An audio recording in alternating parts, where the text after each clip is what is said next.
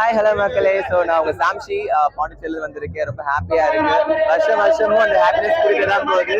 Positives வந்து பார்த்து தெரியும். அப்புறம் மெருகேட்டு தான் போயிட்டு இருக்கேன். வாழ்க்கையிலும் சரி ஒவ்வொரு வருஷமும் நான் என்னுடைய வேண்டுதல் வைக்கும் போது நான் வந்துட்டு பயத்தோட முதல் வருஷம் வச்சேன். ஆனா அதுக்கு அடுத்த வருஷம் ஒவ்வொரு தீதி கொடுத்துட்டே இருந்தாரு.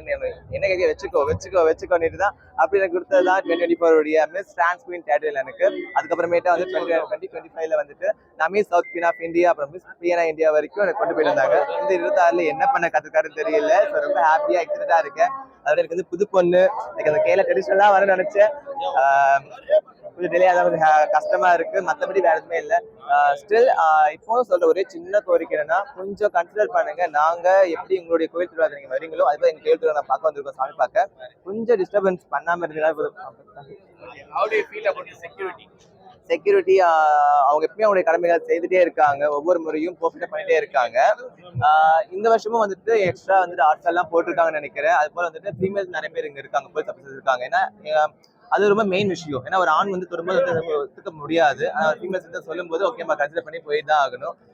இன்னும் சில விஷயங்கள் டிரான்ஸ் கொஞ்சம் மாறிக்கோங்க. ஏன்னா நம்மளும் கொஞ்சம் அப்டேட் ஆகிட்டு வந்துட்டே இருக்கணும். நம்ம இன்னும் அப்பல இருந்து இல்லை, நம்ம வருஷம் மாத்திட்டு வந்துட்டு இருக்கோம், நிறைய விஷயம் சாதிச்சுட்டு இருக்கோம். கொஞ்சம் கன்சிடர் பண்ணுங்க. Thank you. Bye bye, see you soon.